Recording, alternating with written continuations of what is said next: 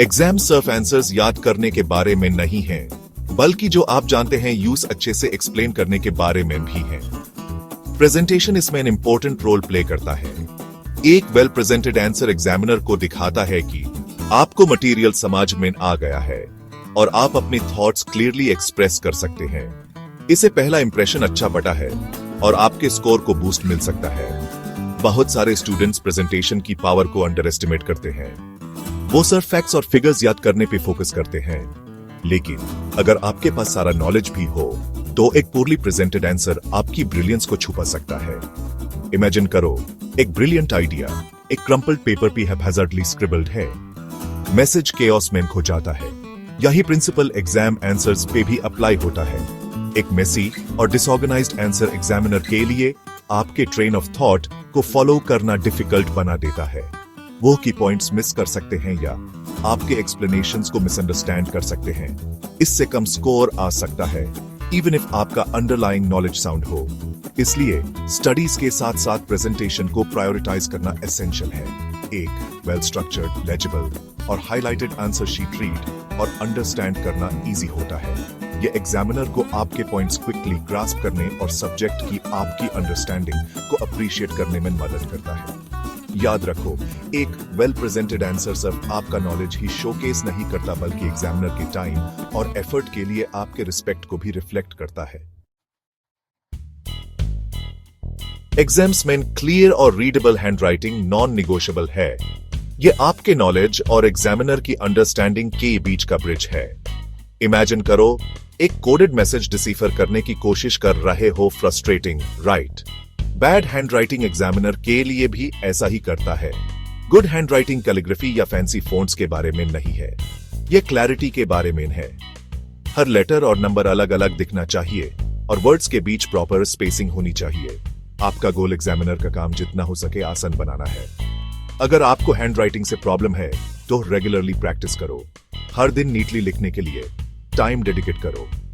Line paper use करो और letter formation और स्पेसिंग भी फोकस करो। App online available handwriting exercises भी ट्राई कर सकते हो। याद रखो, लेजिबल हैंडराइटिंग एक इन्वेस्टमेंट है। यह बेटर ग्रेड्स और इंक्रीज्ड कॉन्फिडेंस की रूप में पे ऑफ देता है। यह बताता है कि आप अपने काम की क्वालिटी की परवाह करते हैं, प्रेशर में भी। इमेजिन करो, एक स्टोरी पढ़ रहे हो जिसके चैप्टर्स जंबल्ड अप हैं। Confusing, right? Exam questions out of sequence answer करने का भी सम इफेक्ट होता है। यह एग्जामिनर को डिसोरिएंट करता है और आपके लॉजिक को फॉलो करना मुश्किल बना देता है। हमेशा क्वेश्चंस को उसी ऑर्डर में आंसर करो जिस ऑर्डर में वो क्वेश्चन पेपर पे अपीयर होते हैं। यह सिक्वेंशियल अप्रोच आपके आंसर शीट को एक क्लियर स्ट्रक्चर प्रोवाइड करता है। यह एग्जामिनर को आपकी प्रोग्रेस ट्रैक करने और स्पेसिफिक आंसर्स इजीली लोकेट करने में मदद करता है। अगर आपको किसी क्वेश्चन का आंसर नहीं पता तो घबराओ मत। उसके लिए एडिक्वेट स्पेस छोड़ दो और नेक्स्ट क्वेश्चन पे मूव ऑन करो। एक बार जब आप बाकी सब फिनिश कर लो तो आप वापस आकर स्किप्ड क्वेश्चंस अटेम्प्ट कर सकते हो।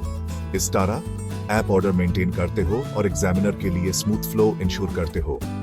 आंसरिंग क्वेश्चंस का एक सिस्टमैटिक अप्रोच डिसिप्लिन और ऑर्गेनाइजेशन डेमोन्स्ट्रेट करता है। यह एग्जामिनर को दिखाता है कि आप इंस्ट्रक्शंस फॉलो कर सकते हो और अपनी थॉट्स को स्ट्रक्चर्ड मैनर में प्रेजेंट कर सकते हो। यह एक पॉजिटिव इंप्रेशन क्रिएट कर सकता है और आपके पेपर के बेटर ओवरऑल असेसमेंट में कंट्रीब्यूट कर सकता है। लॉन्ग आंसर क्वेश्चंस डॉन्टिंग लग सकते हैं, लेकिन वो आपकी इन डेप्थ अंडरस्टैंडिंग शोकेस करने का चांस देते हैं। की है उन्हें स्ट्रेटेजिकली अप्रोच करना। सीधे लिखने में जंप करने की बजाय कुछ मिनट्स अपने रिस्पॉन्स को प्लान करने में लगाओ। पहले क्वेश्चन को केयरफुली रीड करो और कीवर्ड्स आइडेंटिफाई करो। क्वेश्चन एग्जैक्टली क्या पूछ रहा है, इन कीवर्ड्स को क्वेश्चन पेपर पे अंडरलाइन करो ताकि आपका फोकस शार्प रहे। अगले मेन पॉइंट्स जो आप कवर करना चाहते हो उन्हें अपने रफ शीट पे जॉट डाउन करो। यह आपके आंसर के लिए एक रोड मैप का काम करता है। अपने पॉइंट्स को लॉजिकली ऑर्गेनाइज करो। पैराग्राफ्स यूज करो डिफरेंट आइडियाज को अलग करने के लिए। और फर्स्टली, सेकेंडली, फर्दरमोर जैसी कनेक्टर्स यूज करो स्मूथ फ्लो इंश्योर करने के लिए। यह स्ट्रक्चर्ड अप्रोच आपके आंसर को फॉलो और डाइजेस्ट करना आसान बनाता है। याद रखो, क्वालिटी क्वांटिटी से ज्यादा इंपॉर्टेंट है। जबकि कॉम्प्रिहेंसिव होना इंपॉर्टेंट है। रैम्बलिंग या टैंजेंट्स पे जाने से बचो। क्वेश्चन पे स्टिक करो और अपने आर्ग्यूमेंट्स कंसाइसली और क्लियरली प्रेजेंट करो। एक वेल स्ट्रक्चर्ड और फोकस्ड आंसर एग्जामिनर को एक लेंथी लेकिन रैम्बलिंग आंसर से ज्यादा इंप्रेस करेगा। Section 5 unlocking memory tips for recall. हम सब इस सिचुएशन में रहे हैं, एक क्वेश्चन को ब्लैंकली घूरते हुए आंसर दिमाग से गायब हो गया लगता है। जब ऐसा हो तो घबराओ मत। अपनी मेमोरी को जॉग करने के लिए रिकॉल टेक्निक्स यूज करो। एक इफेक्टिव मेथड है स्टेप वाइज रिकॉल। सोचना शुरू करो कि क्वेश्चन किस चैप्टर से रिलेटेड है, मेन टॉपिक्स क्या कवर किए गए थे, फिर स्पेसिफिक टॉपिक भी नैरो डाउन करो जो क्वेश्चन से रिलेटेड है। अपनी टेक्स्ट बुक या नोट्स की पेजेस विजुअलाइज करो। आखिर में स्पेसिफिक पैराग्राफ या बुलेट पॉइंट्स याद करने की कोशिश करो जहां आंसर हो सकता है। यह स्टेप बाय स्टेप अप्रोच आपकी लॉन्ग टर्म मेमोरी में स्टोर्ड इंफॉर्मेशन को रिट्रीव करने का पाथवे का काम करता है। यह रिकॉल प्रोसेस को मैनेजेबल चंक्स में ब्रेक डाउन करता है, जिससे आपको जरूरत वाली इंफॉर्मेशन एक्सेस करना आसान हो जाता है।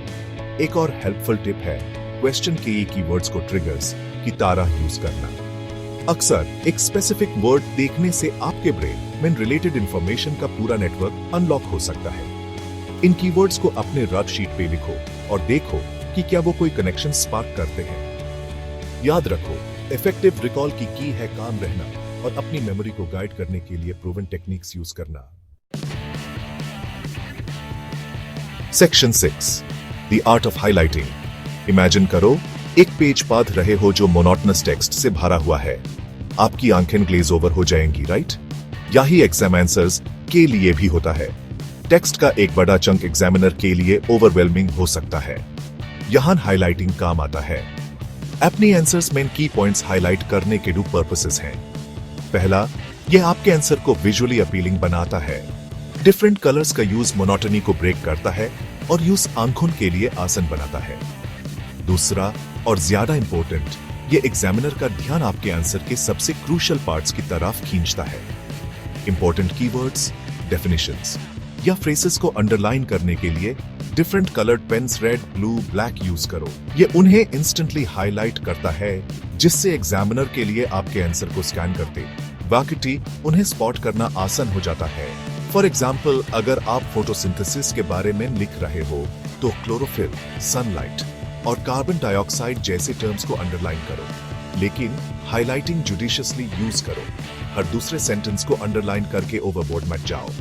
गोल सर्फ सबसे क्रूशियल पॉइंट्स हाईलाइट करना है।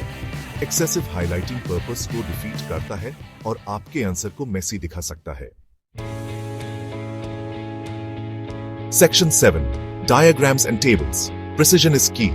डायग्राम्स और टेबल्स एग्जाम्स में पावरफुल टूल्स हैं।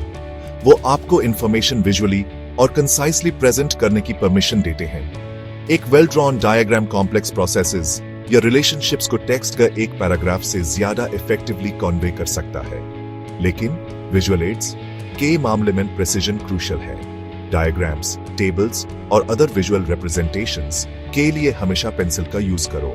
यह आपके आंसर शीट को मेसी किए बिना करेक्शंस करने की परमिशन देता है। स्ट्रेट लाइंस ड्रॉ करने के लिए रूलर का यूज करो और इंश्योर करो कि आपके डायग्राम्स नीट और प्रोपोर्शनेट हैं। अपने डायग्राम्स को क्लियरली लेबल करो। फ्लो या डायरेक्शन इंडिकेट करने के लिए एरोस का यूज करो और हर डायग्राम के नीचे एक शॉर्ट लेकिन एक्यूरेट कैप्शन प्रोवाइड करो जो एक्सप्लेन करता है कि वो क्या रिप्रेजेंट करता है। टेबल्स क्रिएट करते हुए क्यूटी, नीट कॉलम्स और रोज ड्रॉ करने के लिए रूलर का यूज करो। हर कॉलम और रो को क्लियरली लेबल करो और इंश्योर करो कि आप जो डेटा एंटर करते हो वो एक्यूरेट और क्वेश्चन से रेलेवेंट है। याद रखो, एक वेल कंस्ट्रक्टेड डायग्राम या टेबल आपके आंसर को सिग्निफिकेंटली एनहांस कर सकता है और सब्जेक्ट मैटर की डीपर अंडरस्टैंडिंग डेमोन्स्ट्रेट कर सकता है। Section 8 mastering numerical problems. Numerical problems के लिए थ्योरेटिकल प्रॉब्लम्स से अलग अप्रोच की जरूरत होती है। यहां कैलकुलेशन में एक्यूरेसी और क्लैरिटी पैरामाउंट है। न्यूमेरिकल क्वेश्चंस में फुल मार्क्स स्कोर करने के लिए इन टिप्स को फॉलो करो। हमेशा उस फॉर्मूला को स्टेट करके शुरू करो जिसका आप यूज करेंगे। यह एग्जामिनर को दिखाता है कि आप अंडरलाइंग प्रिंसिपल समझते हैं और सिर्फ आंसर याद नहीं किया है। अगले अपने calculations step by step show करो, सिर्फ फाइनल आंसर मैट लिखो। आपके कैलकुलेशन का हर स्टेप एक नई लाइन पे होना चाहिए, जिससे एग्जामिनर के लिए आपके थॉट प्रोसेस को फॉलो करना आसान हो जाए। अगर आपने कोई असम्पशंस बनाए हैं तो उन्हें क्लियरली स्टेट करो। फॉर एग्जाम्पल, अगर आप एक फिजिक्स प्रॉब्लम में एयर रेजिस्टेंस निग्लेक्ट कर रहे हैं तो यूज एक्सप्लिसिटली मेंशन करो। आखिर में हमेशा अपने आंसर को करेक्ट यूनिट्स के साथ एक्सप्रेस करो, चाहे वो मीटर्स हो, ग्राम्स हो या सेकंड्स हो। यूनिट्स आपके आंसर को कॉन्टेक्स्ट प्रोवाइड करते हैं और कॉन्सेप्ट्स की थोरो अंडरस्टैंडिंग डेमोन्स्ट्रेट करते हैं। अपने फाइनल आंसर को एक बॉक्स में इनक्लोज करो ताकि वो स्टैंड आउट करे। Section 9, compare and contrast clarity and distinction. Compare and contrast questions exams में कॉमन हैं। वो 2 या मोर कॉन्सेप्ट्स को एनालाइज करने और उनकी सिमिलैरिटीज और डिफरेंसेस हाईलाइट करने की आपकी एबिलिटी को असेस करते हैं। ऐसे क्वेश्चंस को टैकल करने की है क्लैरिटी और डिस्टिंक्शन। कंपेयर करना शुरू करने से पहले उन टर्म्स या कॉन्सेप्ट्स को डिफाइन करो जिनके साथ आप डील कर रहे हैं। ये आपके कंपैरिजन के लिए कॉन्टेक्स्ट सेट करता है और इंश्योर करता है कि आप और एग्जामिनर सेम पेज भी हैं। फॉर इंस्टेंस, अगर क्वेश्चन आपसे माइटोसिस और मेयोसिस कंपेयर करने को कहता है तो हर प्रोसेस को ब्रीफली डिफाइन करके शुरू करो। एक बार जब आप टर्म्स डिफाइन कर लेते हैं तो सिमिलैरिटीज और डिफरेंसेस हाईलाइट करने के लिए एक स्ट्रक्चर्ड अप्रोच यूज करो। आप अपने पॉइंट्स क्लियरली प्रेजेंट करने के लिए बुलेट पॉइंट्स, नंबर्ड लिस्ट्स या एक टेबल भी क्रिएट कर सकते हैं। फॉर एग्जाम्पल, आपके पास सिमिलैरिटीज के लिए एक कॉलम, डिफरेंसेस के लिए एक कॉलम और हर टर्म के लिए एक कॉलम हो सकता है जो कंपेयर किया जा रहा है। डिफरेंसेस स्टेट करते वैक्यूटी स्पेसिफिक रहो, दे आर डिफरेंट जैसे वेक स्टेटमेंट से बचो। इसकी बजाय डिफरेंस की एग्जैक्ट पॉइंट्स पिन पॉइंट करो। For example, mitosis and meiosis have different functions कहने की बजाय स्टेट करो mitosis growth and repair main involved है जबकि मेयोसिस गैमेटी फॉर्मेशन मेन इन्वॉल्व्ड है। याद रखो, गोल एक क्लियर, कंसाइज और ऑर्गेनाइज्ड कंपैरिजन प्रेजेंट करना है जो कंसेप्ट्स के बीच नुआंसेस की आपकी अंडरस्टैंडिंग को हाईलाइट करता है। अगर वो आपके कंपैरिजन की क्लैरिटी को एनहांस करते हैं तो विजुअल एड्स जैसे टेबल्स या डायग्राम्स का यूज करो।